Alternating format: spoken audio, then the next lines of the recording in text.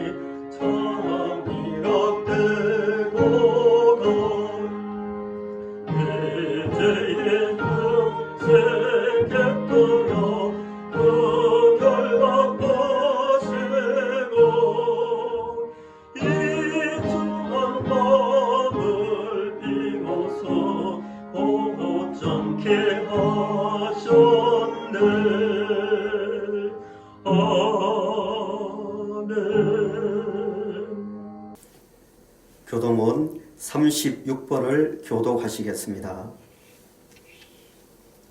주여, 주는 대대에 우리의 거처가 되셨나이다. 사이 생기기 전 땅과 세계도 주께서 조성하시기 전 곧 영원부터 영원까지 주는 하나님이십니다. 주께서 사람을 티끌로 돌아가게 하시고 말씀하시기를 너희 인생들은 돌아가라 하셨사오니 주의 목전에는 천년이 지나간 어제 같으며 밤의 한순간 같을 뿐임이니이다. 주께서 그들을 홍수처럼 쓸어가시나이다.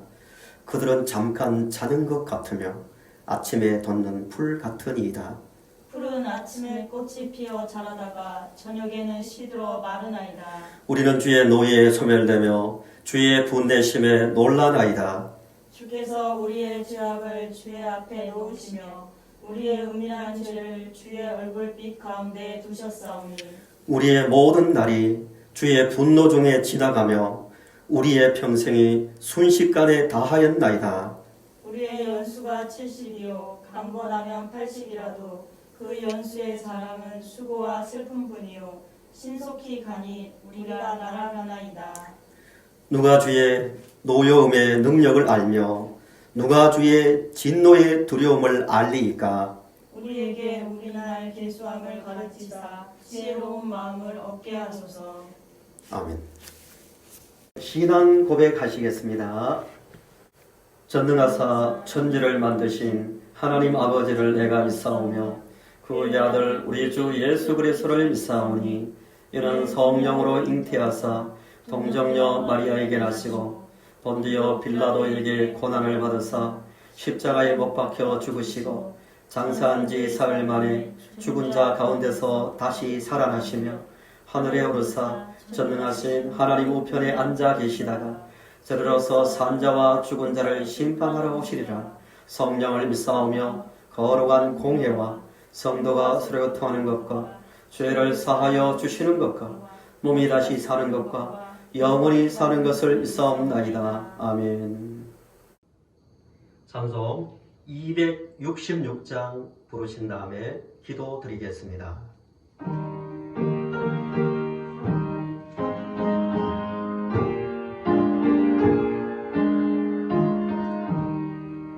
주의 피로 이룬 샘물 참 깊고 넓도다. 구원하는 그 신능력 찬송할지라.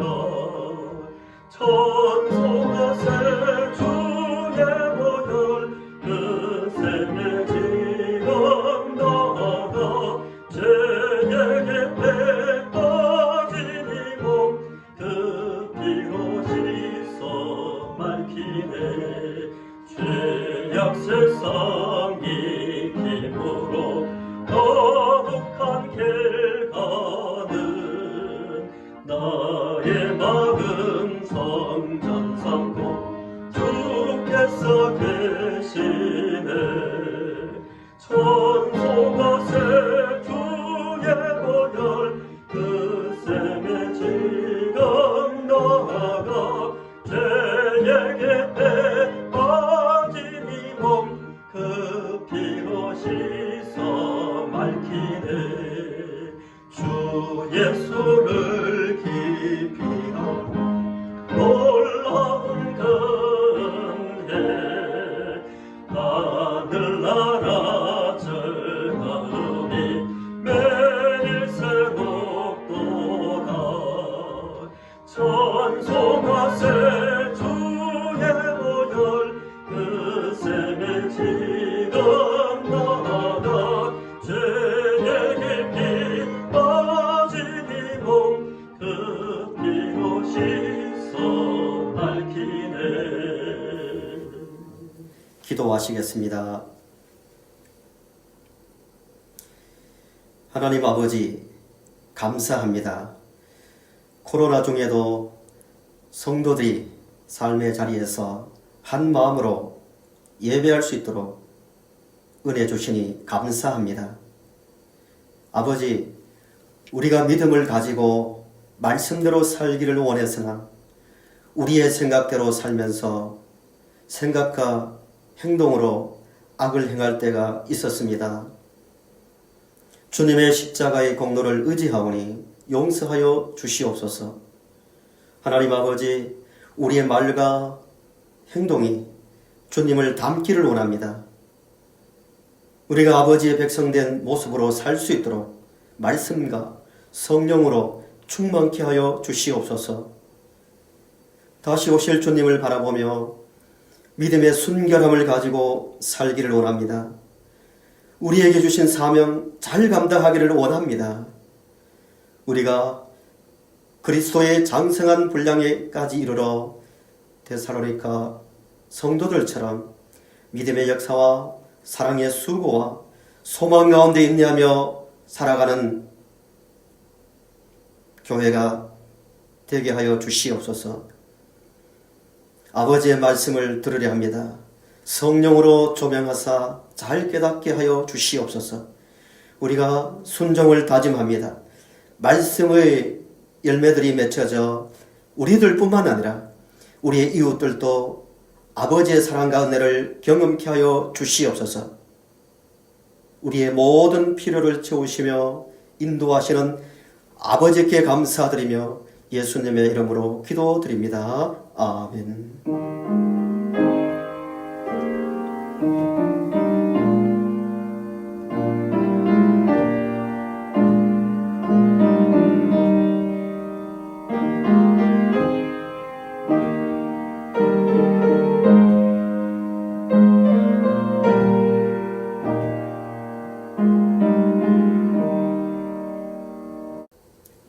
하나님 말씀 보시겠습니다.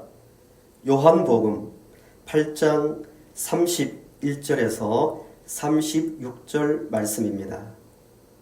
신약 159쪽입니다. 한 절씩 교독하시겠습니다.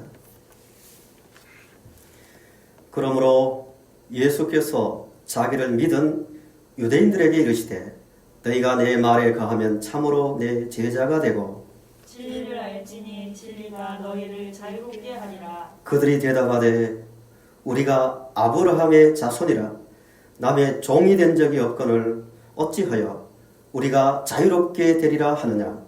예수께서 대답하시되 진실로 진실로 너희에게 이르노니 죄를 범하는 자마다 죄의 종이라. 종은 영원히 집에 거하지 못하되 아들은 영원히 거하나니. 그러므로 아들이 너희를 자유롭게 하면 너희가 참으로 자유로우리라. 아멘. 코로나로 인해 대면 예배가 중단되는 것을 경험하면서 저는 이런 생각을 했습니다.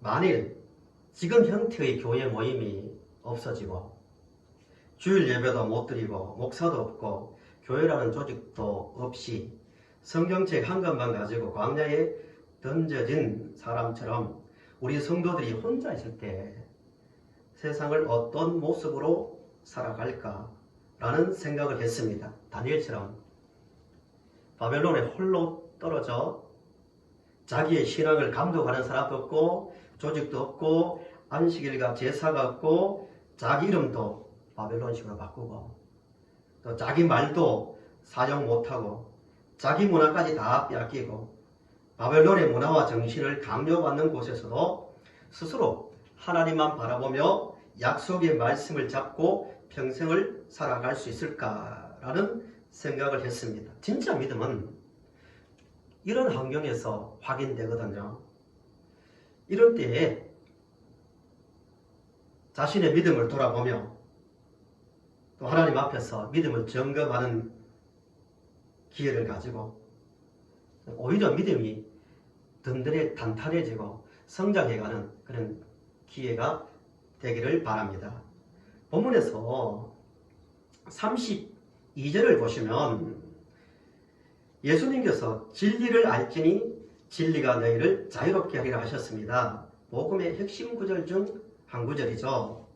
예수님께서 이 땅에 오실 목적도 우리에게 무엇을 주려 오셨습니까? 자유입니다. 우리가 예수를 믿는 목적도 자유를 얻기 위해서입니다. 질문을 드립니다. 예수님께서 우리에게 주시기로 약속한 그 자유를 받았습니까? 또 그 자유를 누리고 있습니까? 혹시 자유는 둘째치고 하루 살아가는 것도 버겁고 미래가 두렵고 사망이 막혀있는 것 같지 않습니까? 매일 의미 없는 반복적인 삶을 살고 있지는 않습니까? 또 목사님, 괴로운 세상 빨리 천국 가고 싶습니다. 이런 분은 없나요? 그러나 우리는 확신을 가져야 돼요. 우리는 어떤 조건에서도 예수님께서 주신 그 자유를 누릴 수 있는 완전한 조건을 받았다는 확신을 가져야 합니다. 비록 우리는 천국에 가 있는 것이 아니라 약한 육체를 입고 살기 때문에 때로 육신의 약함을 경험합니다. 아픔도 경험합니다. 때로 인생의 태산을 넘어야 할 때도 있고 때로 험한 골짜기를 통과해야 할 때도 있습니다. 그럼에도 예수님께서 약속하신 그 자유를 태산을 넘을 때도 험한 인생의 골짜기를 통과할 때도 누릴 수 있습니다. 믿으십니까? 그런데 예수님께서 우리에게 주신 그 자유의 그 약속, 그러니까 그 자유를 누리려면 세 가지 조건을 우리는 충족해야 합니다. 반드시 이 세 가지가 있는지 점검하고 부족한 부분이 있다면 반드시 채워야 합니다. 첫째가 뭐냐 하면은 인간 자신이 처한 상태를 알아야 합니다. 이게 첫 번째 조건입니다. 본문은 예수님께 호감을 가진 사람들이 성전에서 예수님과 대화한 내용입니다. 본문 시작이 31절을 보세요. 뭘로 시작합니까? 그러므로 예수께서 자기를 뭐한 믿은 유대인들에게 이르시되로 시작하고요. 또 30절에도 이 말씀을 하심에 많은 사람이 뭐 했다고요? 믿었다고 합니다. 그러므로가 뭐냐 하면은 본문 앞에 있는 내용이겠죠. 예수님께서 나는 세상의 빛이니 나를 따르는 자는 어둠에 다니지 아니하고 생명의 빛을 얻으리라고 하셨을 때 유대인들의 반응이 나뉘어졌어요. 못 믿겠다 하는 사람도 있고 또 예수님의 말씀을 받고 믿었다는 표현이죠. 본문에서는 호의적으로 반응하는 사람들이 있었습니다. 지금 말씀을 듣는 유대인들은 예수님께 호의적인 감정을 가진 자들입니다. 예수님께서 그들에게 진리를 알지니 진리가 너희를 자유롭게 하리라 말씀하셨을 때 유대인들은 이 말씀을 이해를 못했습니다. 33절을 같이 읽어보겠습니다. 유대인들의 대답인데요. 33절 같이요. 시작. 그들이 대답하되 우리가 아브라함의 자손이라 남의 종이 된 적이 없거늘 어찌하여 우리가 자유롭게 되리라 하느냐라고 반문합니다. 유대인의 표정을 살리면 이런 겁니다. 자, 그들의 감정을 살리면 분노하는 거예요. 호감을 갖고 왔지만 어찌하여 우리가 종이 된 적이 없는데 어찌하여 우리가 자유롭게 되리라 하느냐. 유대인들은 굉장히 기분 나빠하고 또 자존심 상해했습니다. 우리가 무슨 종이냐, 우리가 무슨 주인, 우리를 무슨 주인 취급하냐는 식이죠. 그 말 때문에 예수님과 심각한 말이 오갑니다. 이게 본문 뒤에 있는 8장 끝절까지 이어지는 내용입니다. 48절을 한번 보시면 우리가 예수님을 향하여 말하는 거죠. 너를 사마리아 사람이라 또는 귀신 들렸다 하는 말이 옳았다 하고 분노합니다. 끝내는 마지막 절에 허감을 가지고 왔던 유대인들이 예수님께 어떻게 하려 합니까? 돌로 쳐서 죽이려 합니다. 유대인들이 이렇게 분노한 이유가 뭐냐면은 자신들을 종으로 취급했기 때문입니다. 유대인들의 의식을요, 이 당시에 유대인들이 가진 특별히 성전을 가까이 하는 유대인들의 그 의식을 볼 수 있는 장면이 볼 수 있는데요. 누가복음 18장 9절부터 14절 말씀인데요. 제가 읽어보겠습니다. 유대인들의 기도 내용입니다. 일반적인 기도 내용입니다. 하나님이여, 나는 다른 사람들 곧 토색, 불의, 간음을 하는 자들과 같지 아니하고 이 세리와도 같지 아니함을 감사하나이다. 나는 일해에 2번씩 금식하고 또 소득의 11조를 드리나이다. 유대인들의 이게 솔직한 기도였습니다. 그들의 열심과 노력은 우리가 흉내도 내기 힘들 정도입니다. 일해에 2번씩 금식하기 쉽겠습니까? 유대인들은 그만큼 종교적 자부심이 있었습니다. 그들에게 예수님께서 진리를 알지니 진리가 너희를 자유케 하리라 는 말은 굉장히 자존심을 짓밟는 말로 들렸을 겁니다. 마치 이런 경우가 비슷할 것 같아요. 어떤 사람이 길을 가는데 한참 그 사람을 쳐다보던 다른 사람이 안타깝다는 표정으로 동전을 몇 개 던져주면서 아이고 어떻게 해서 그런 신세가 되었습니까? 힘내세요 라는 그 말을 들은 사람들과 같은 감정이 있을 거예요. 자기는 멀쩡한데 괜찮다고 생각하는데 거지 취급하니까요. 유대인들이 분노하고 예수님께 돌을 던지려 했던 것도 그것과 똑같은 감정입니다. 당황스러워하고 자존심도 상해하고 그래서 기분 나빠하며 분노한 겁니다. 정치적으로 볼 때요.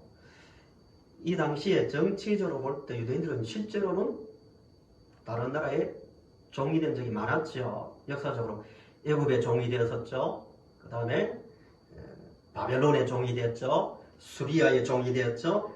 이 당시에는 어느 나라의 종이 되었습니까? 로마의 종이 되어 있습니다. 그러나 유대인들은 아브라함의 후손이라는 자부심을 지키며 절대로 그 정신은 빼앗기지 않았다는 거예요. 예수님도 그걸 인정합니다. 37절을 보세요. 나도 너희가 아브라함의 자손인 줄 아노라 라고 인정해 줍니다. 그러나 예수님의 대답을 보십시오. 34절에 같이 읽어보실까요? 예수께서 대답하시되 진실로 진실로 너희에게 이르노니 죄를 범하는 자마다 죄의 종이라고 말합니다. 예수님 말씀은 이거죠. 너희들은 죄의 종이다. 죄를 지어서 죄인이 아니라 죄의 종이기 때문에 죄를 짓게 된다는 말씀입니다. 이게 인간의 현 주소입니다. 유대인들이 그것을 몰랐다는 거예요. 자신이 처한 비참한 상태, 죄의 종된 상태를 몰랐기 때문에 예수님의 그 말씀을 받을 수가 없었던 겁니다.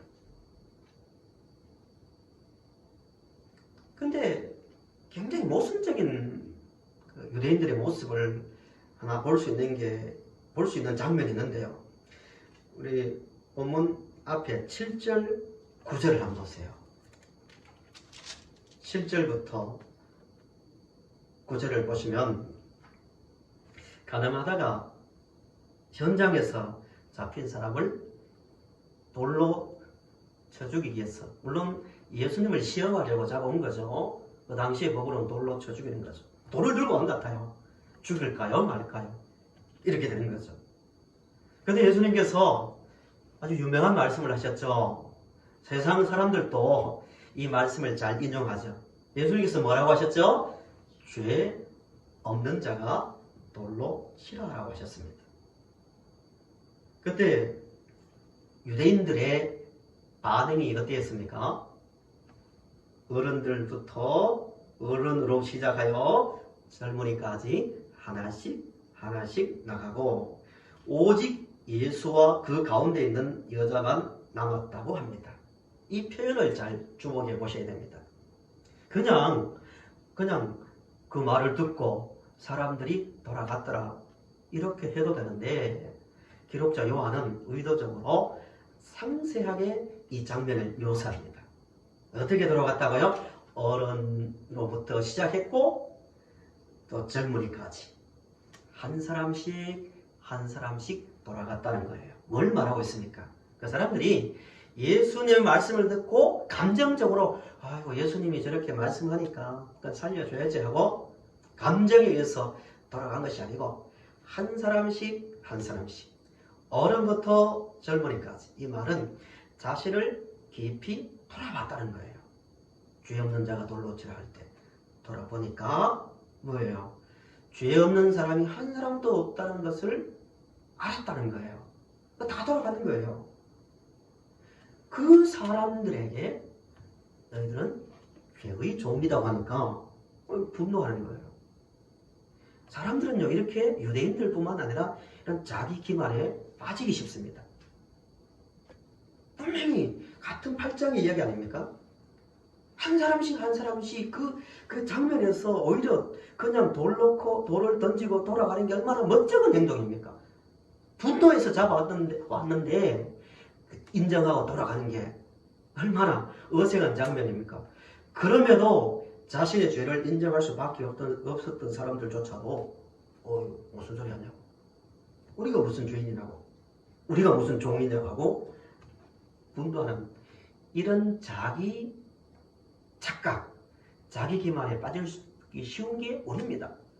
이미 구원받았다고 하는 성도들도요, 죄 이야기하면은 남에 대해서는 굉장히 분노하지만 나는 그것과 관계 전혀 없는 사람처럼 말하고 비판하고 살아갈 때가 너무 많은 겁니다. 유대인들조차도 그렇게 했으니까요.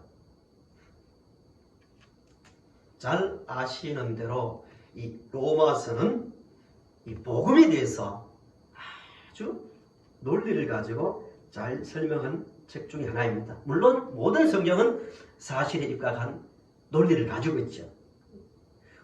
이 구원을 말하는데 로마서에서 그 시작을 1장부터 3장을 보시면 어떤 내용으로 가득 채웠냐면은 신랄하게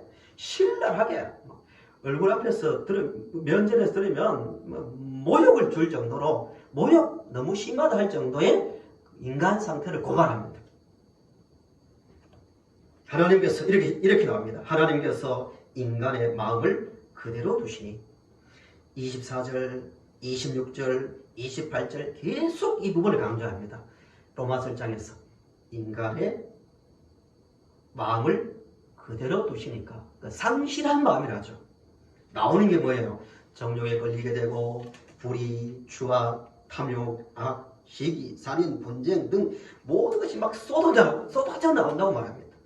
3장 13절에서 15절은 이 표현을 미워하게 표현합니다. 그들의 목구멍은 열린 무덤이요 그 혀로는 속임을 일삼으며 그 입술에는 독사의 독이 있고 그 입에는 저주와 악독이 가득하고 그 발은 피 흘리는데 빠른지라. 모든 부분이 타락했다는 거죠. 목구멍, 혀, 입술, 또 입에는 저주와 악독이 가득하고 발까지 피 흘릴 때 빠른지라. 모든 게 죄로 뒤덮여 있다고 로마서는 말합니다. 그러면서 3장 23절에서 이렇게 선언합니다. 모든 사람이 죄를 범하였음에 라고 분명히 선언합니다. 이게 하나님께서 인간에게 주신 인간 진단서입니다. 인문학으로, 철학으로, 세상의 도덕으로 절대 알 수 없는 하나님의 인간 진단서. 모든 사람이 죄에 철저하게 잡혀있다는 것을 말하고 있습니다. 이 사실을 알아야 드디어 영의 귀에 뭐가 들립니까? 죄에서 자유케 한다는 복음이 들리기 시작하는 거예요. 목사님 나는 다 들었는데요. 아니라 영으로 죄의 문제가 내 영혼을 깨뚫고 들어오는 가슴을 흔드는 문제로 들려야만 복음도 내 가슴을 흔드는 말씀, 인생을 바꾸는 말씀으로 들릴 수 있는 겁니다. 이거는 저희 이야기가 아니라 어떤 분으로부터 들은 말씀이에요. 들은 말씀이라고 생각하고 들어주시기 바랍니다. 이렇게 말씀을 하더라고요. 요즘 교인들은 메시지를 들으려 하기보다 마사지를 듣기를 좋아한다는 말씀입니다. 이걸 가지고 언어 유희랍니다. 메시지, 마사지, 영어로 비슷한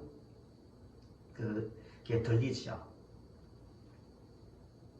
당장 말입니다. 그러니까 복음의 본질, 예수님 말씀하시는 게 십자가, 구원, 이 본질에 무감각해지면 말씀을 듣지만 마사지를 받기를 좋아한다는 거예요. 그러니까 당장 내 마음을 녹여주고, 당연히 녹여야 되겠지만 녹여주고 또 달래주고 기분을 좋게 해주는 마음의 마사지를 받는 데만 관심을 가지게 된다는 거예요. 그러나 그것이 반복되고 익숙해지면요, 그 약발이 떨어지면 아무것도 남지 않습니다. 죄 문제를 영으로 받고 내 인생의 근본 문제로 받지 못하면 마치 그런 사람들이 회복을 말하고 나는 오늘 은혜 받았다고 말하는 사람들은 암 걸려 죽어간 사람에게 겉에 마사지를 해주고 시원합니까? 예, 시원합니다. 당신 회복되었습니다. 하는 말과 같은 겁니다. 자신이 처한 비참한 상태를 말씀과 성령을 통해 알아야 예수님께서 말씀하신 그 자유를 누리는 첫 단계를 거친 사람입니다. 그 사람만 애통이 나올 수 있는 겁니다. 이 말씀을 드리면서 이런 속으로 반론을 할 수 있습니다. 목사님, 나는 수십 년 전에 아니면 이미 죄에서 또 해방되었습니다. 그래서 이런 말씀을 들을 때 그냥 그러려니 하고 들으면 심각한 병에 걸려 있는 겁니다. 에베소서 2장 1절부터 나오는 말씀을 보세요. 에베소 교회가 얼마나 믿음이 좋았습니까? 바울로부터 직접 여러 날 말씀을 직접 배워서 구원의 확신을 가진 교인들이 에베소 교인들이었습니다. 그들에게 이런 말을 합니다. 중요한 교훈입니다. 이 말씀을 한번 따라 하실까요? 그러므로 생각하라. 그러므로 생각하라. 한 번 더요. 그러므로 생각하라. 그러므로 생각하라. 뭘 생각하라고 권면합니까? 그때는 그리스도 밖에 있었고 약속의 언약에는 외인이요 세상에서 소망이 없고 하나님도 없는 자였더니 라고 말합니다. 한마디로 말하면 그때는 죄로 인해서 죄에 종된 상태에서 아무 소망도 없고 희망도 없었던 너희들, 그 상태를 뭐 하라는 거예요? 생각하라는 거예요. 그래야 나오는 게 뭐예요? 구원의 기쁨과 감격이 항상 새롭게 다가옵니다. 내가 그때는 죄의 종으로 비참한 상태에 있었지 라는 생각이 살아있어야 됩니다. 그래야 죄와 싸울 수 있고요. 세상 욕망을 버릴 수 있고요. 세상 명예도 버릴 수 있는 힘을 가질 수 있는 겁니다. 사랑하는 성도 여러분, 죄에 대해서 아직 예수를 믿지 못하고 자유를 알지 못하는 성도들은 죄의 심각성을 알고 자신이 처한 상태를 알 수 있기를 바라고요. 이미 이 기본적인 본질적인 교리를 가지고 믿고 있는 분들은 이 죄에서 사함받았다는 이 감격이 날마다 새롭게 다가올 수 있기를 간절히 바랍니다. 첫 번째가 뭐라고요? 자유할 수 있는 방법은 자신의 상태를 아는 거예요. 아, 내가 이런 비참한 상태에 있구나.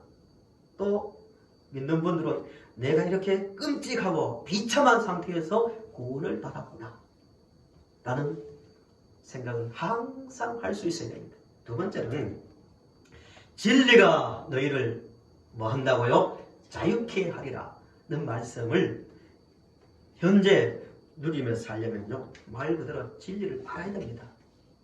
진리를 알아야 됩니다. 32절 이 말씀은 암송하는 게 좋습니다.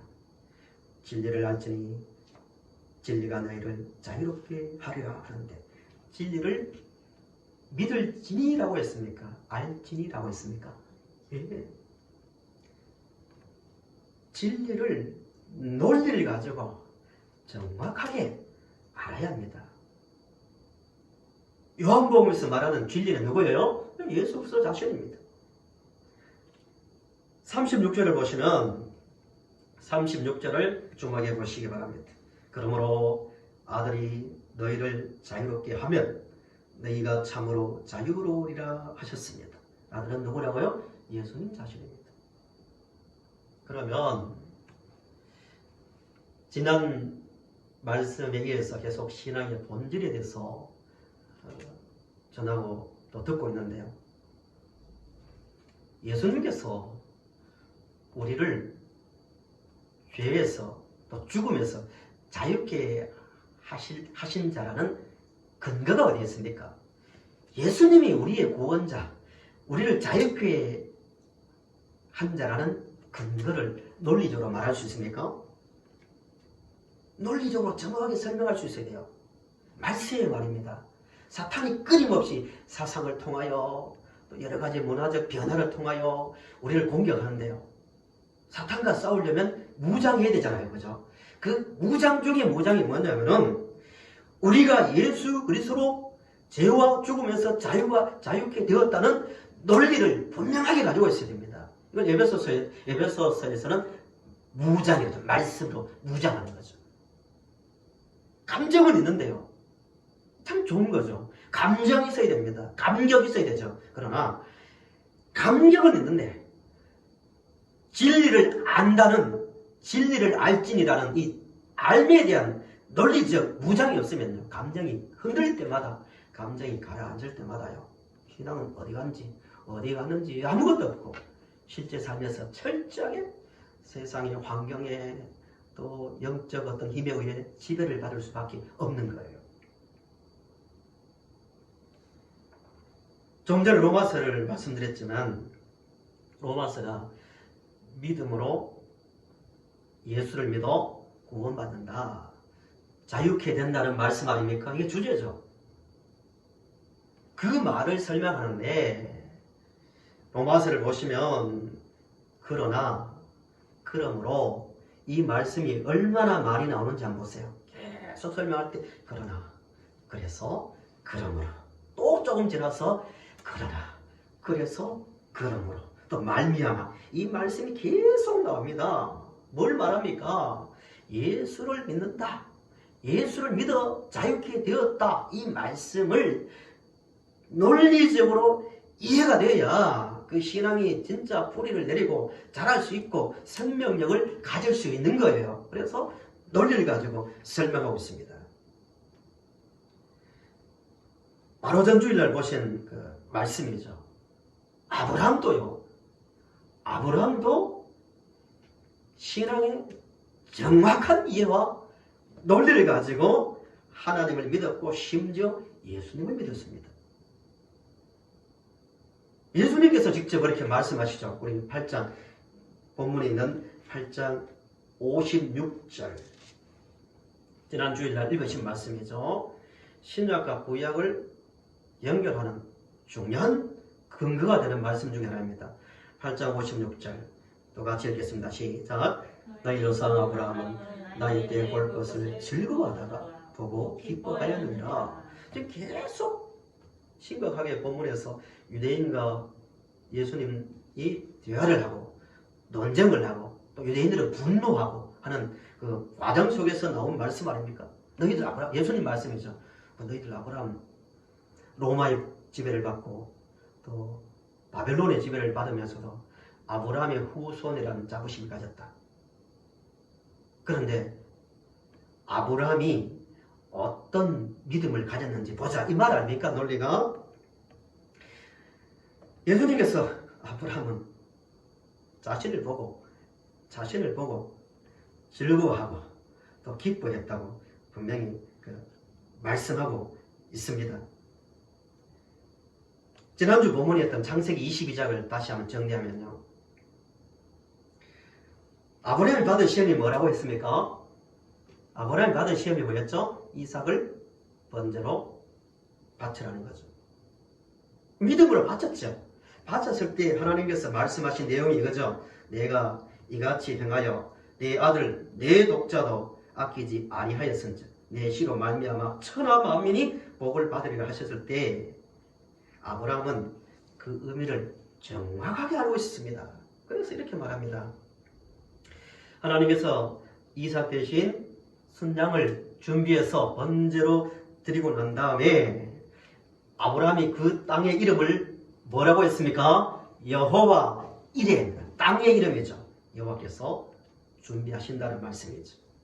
모리아산에서 이삭은 100세가 넘은 아버지 아브라함이 자기를 잡아 칼로 베어 번제로 드리려 할 때 얼마든지 도망갈 수 있었습니다. 얼마든지 힘으로 반응할 수 있었지만 아버지의 믿음을 따라 이삭도 온전히 자신의 몸을 결박당한 채 순종합니다. 기꺼이 제물이 되었습니다. 예수님 말씀이 그 말이에요.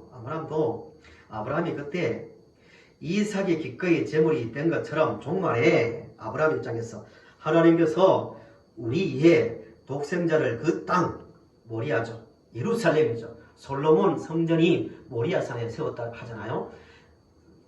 예루살렘 갈보리에서 제물로 주실 때 순종할 이삭을 기다렸다는 말씀입니다. 아브라함은 결국 모리아산에서 종말에 나타날 하나님의 아들이 결박당하여 온전히 우리의 제물이 되기 위해 순종할 구원자 예수를 미리 바라보고 내다보고 즐거워했다는 말씀입니다. 8장 56절이 그 말씀이죠. 예수님은 자신이 아브라함 때부터 기다려지고 이야기되고 기대되었던 바로 그 아들이라고 주장합니다. 이렇게 아브라함도 예수 그리스도를 통한 구원, 죄에서 자유케 된다는 그 진리를 정확하게 알고 있습니다. 사랑하는 성도 여러분, 예수님은 우리에게 진정한 자유를 주셨습니다. 지금도 자유를 주기를 원하십니다. 진리를, 예수님께서 말씀하신 그 진리, 예수님 자신을 바르게 알므로 환경을 뛰어넘어서 참된 자유를 누릴 수 있기를 간절히 바랍니다. 마지막 세 번째입니다. 사실 진리를 알지니 진리가 너희를 자유케 하리라 말씀에서 자신의 처지를 알고 진리 자체를 알더라도요, 우리는 알고 있잖아요. 안다고 자유를 다 누릴 수 있는 것은 아닙니다. 이게 경험되어지려면 어쩌면 오늘 말씀 중에서 가장 중요한 부분입니다.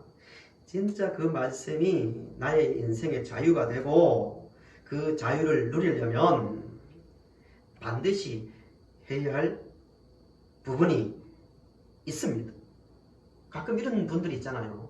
또 스스로 이렇게 또 질문할 때가 있어요. 저는 죄인임을 알고 눈물을 흘리며 회개도 했습니다. 진심이었습니다.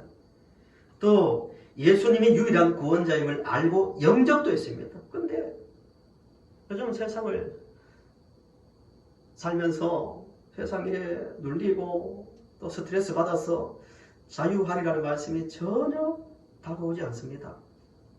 성도님들, 뭐가 문제일까요? 눈물을 흘리는 회개의 경험도 있고 또 예수님을 인격적으로 영접도 했습니다. 그런데 왜 그 자유를 누리지 못할까요?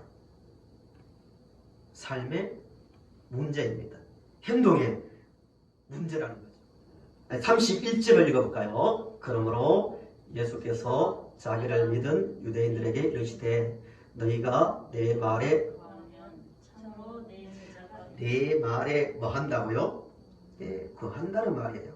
이 말을 해석하면 지속적 순종을 말합니다. 순종. 여기서 우리가 중요한 작업을 하나 할 필요가 있습니다. 이 단어의 의미 있잖아요. 단어의 의미. 성경이 말하는 자유와 일반 종교에서 말하는 자유와 철학에서 말하는 자유와 정치에서 말하는 자유는 다 다르다는 것을 아실 거예요. 현대 철학에 두 흐름이 있는데 하나는 논리 실증주의고 하나는 언어 철학이랍니다. 언어 철학. 뭐 다 모르셔도 그 의미만 아시면 되겠습니다. 언어 철학의 핵심이 이거예요.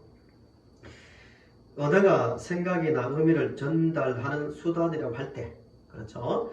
언어의 가치, 의도성, 지시, 수행적 기능에서 언어의 의미를 정확하게 이해해야 된다는 거예요. 우리가 지난 몇 주 동안 설교 제목이 시험, 회복, 오늘 자유에 대해서 듣고 있는데 의미를 성경이 말하는 의미로 바르게 이해가 되어야 그 다음 바른 삶이 나올 수 있는데요. 예를 한번 들어볼게요. 얼마나 우리가 성경이 말하는 의미를 제대로 이해하고 있는지를 요한복음 14장 6절을 보십시오. 찾아보시기 바랍니다. 요한복음 14장 6절. 예수님께서 말씀하시는 자유가 뭔가? 그 자유의 의미를 성경이 가르치는 의미로 알아야만 실제에서 자유를 누릴 수 있는 거예요. 14장 6절 같이 읽겠습니다. 시작. 예수께서 이르시되 내가 길이요 진리요 생명이니 나로 말미암지 않고는 아버지께로 올 자가 없느니라 라고 말합니다.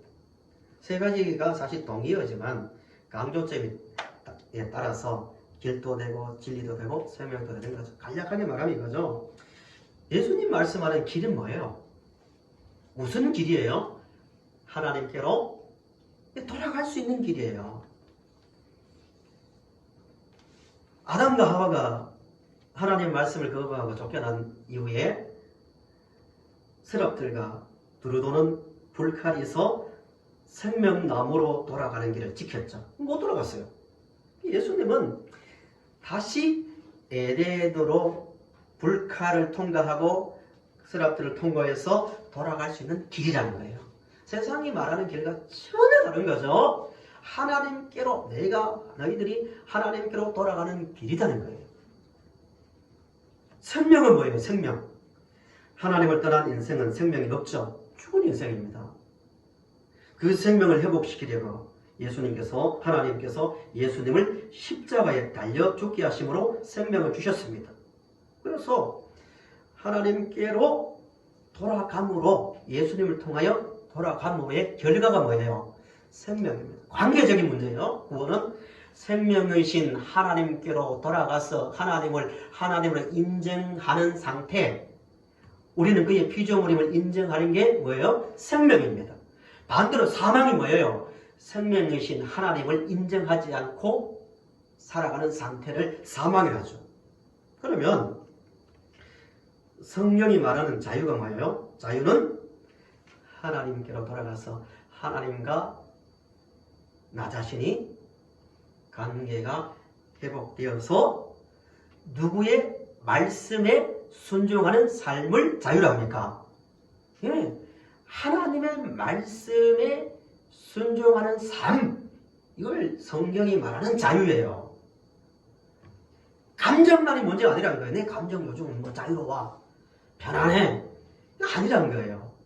예수 그리스도를 통하여, 진리이신 예수 그리스도를 통하여 원래 상태로, 타락전의 상태로 돌아가서 하나님의 말씀에 순종하고 하나님의 말씀을 따라 살아가는 삶, 이 자체가 뭐라고요? 자유입니다.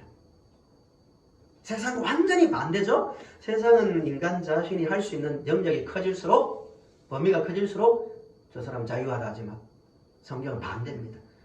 너희 생각이 아닌 하나님의 생각대로, 하나님 말씀대로 순종하는 삶 그 자체가 자유라고 성경은 분명히 말씀합니다. 그러니까 자유하려면, 자유를 누리려면 어떻게 해야 됩니까? 하나님의 말씀에 순종해야 됩니다. 철저하게 삶의 원리가 하나님의 말씀이 되어야 된다는 겁니다. 그걸 가지고 내 안에 거하는 것이라고 말하는 겁니다. 성도 여러분, 모든 상황에서 철저하게 하나님의 말씀에 순종할 수 있기를 바랍니다. 본문 한 구절을 더 찾고 말씀을 정리합니다. 8장 예수님과 유대인과의 논쟁 가운데서 하신 말씀이죠. 44절을 보십시오. 44절. 한 번 더 가지겠습니다. 시작. 너희는 너희 아비 마귀에게서 났으니 너희도 행하고자 하느니라. 그는 처음부터 살인한 자요 진리가 그 속에 없으므로 진리에 서지 못하고 거짓을 말할 때마다 제 것으로 말하나니 이는 그가 거짓말쟁이요 거짓의 아비가 되었습니다.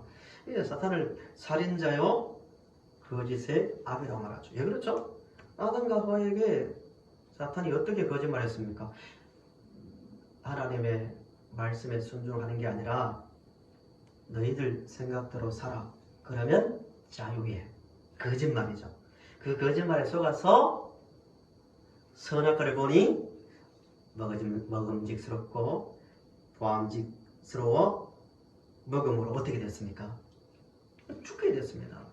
그러니까 거짓말이 아비요 살인자인 거예요.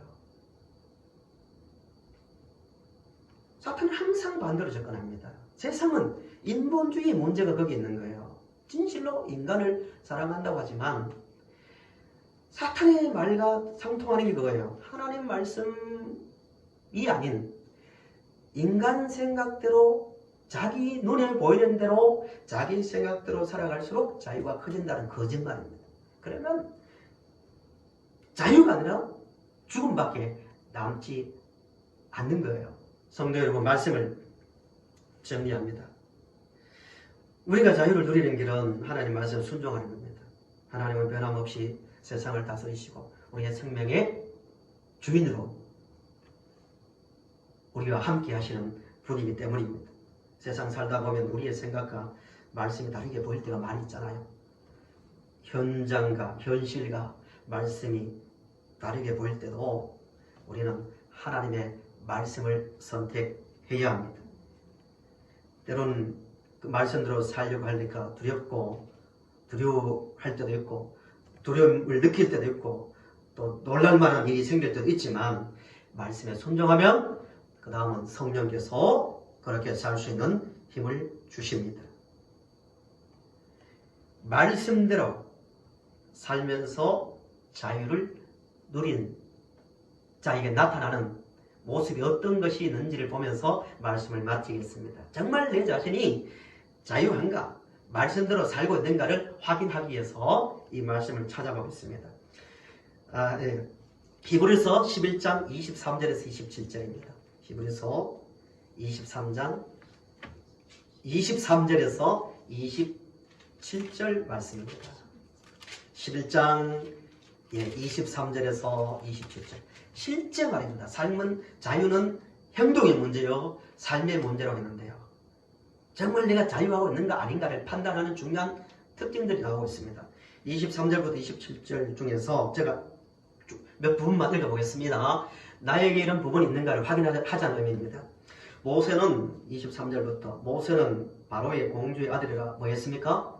거절했습니다. 거절했습니다. 그런 거절이 있습니까? 비교 안 되죠. 바로의 공주의 아들이면 얼마나 많은 미래가 보장되어 있고 또 안락한 삶이 보장되어 있었겠습니까? 거절했어요.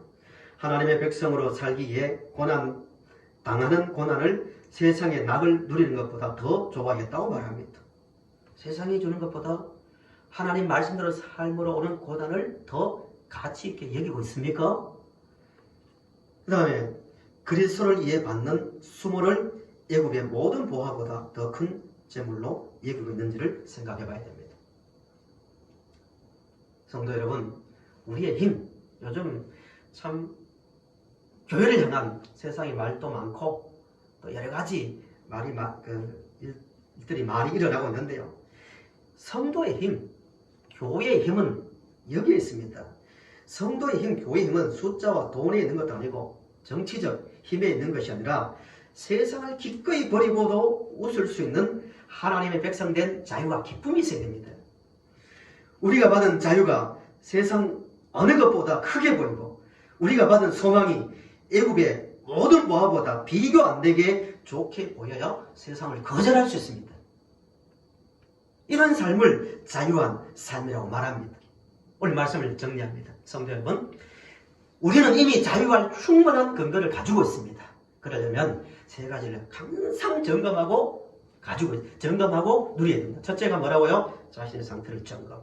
과거를 생각하며 감사할 수 있어야 되고요. 두 번째는 예수님에 대한 자유에 대한 진리를 철저하게 논리적으로 무장할 수 있어야 되고, 세 번째는 가장 중요한 부분이죠.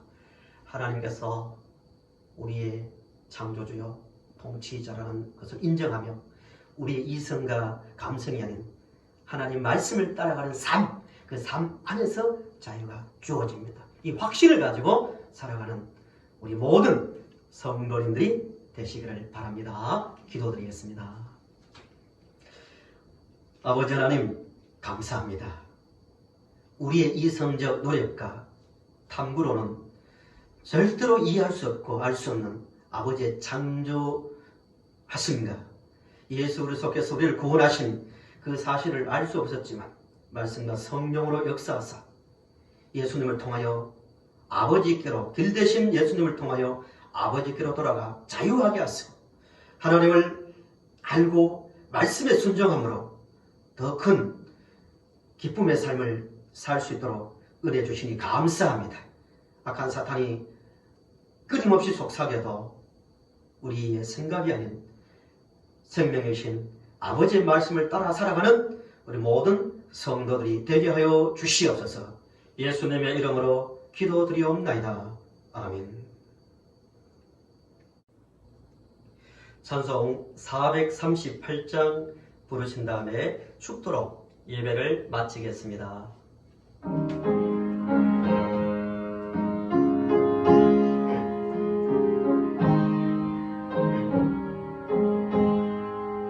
내 영혼의 은총이 너 중한제지 헛도보네 슬픔 마라 이 세상도 천국으로 하노라 할렐루야 찬양하세 내 모든 죄 사함받고 주 예수와 동행하네 그 어디나 하늘나라 주의 얼굴 뵙기 전에 멀리 매던 하늘나라 내 마음속에 이루어지네 날로 가깝도다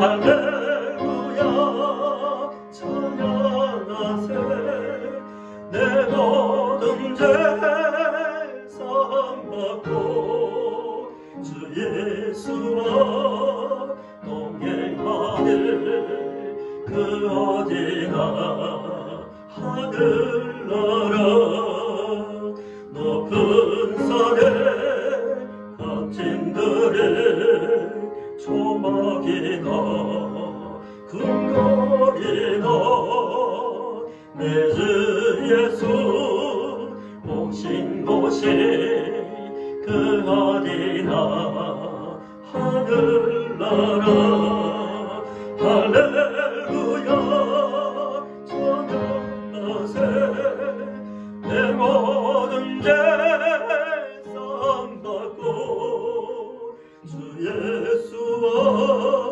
동행하네 그 어디나 하늘나라. 이제는 우리 구주 예수 그리스도의 은혜와 하나님 우리 아버지의 사랑하심과 성령님의 이루하심과 교통하심이 예수님께서 주신 자유함을 누리며 오직 아버지 말씀을 따라 살기를 다짐하는 성도들 머리 위에와 이 땅에 있는 모든 교회들 위에 영원히 함께 있을지어다.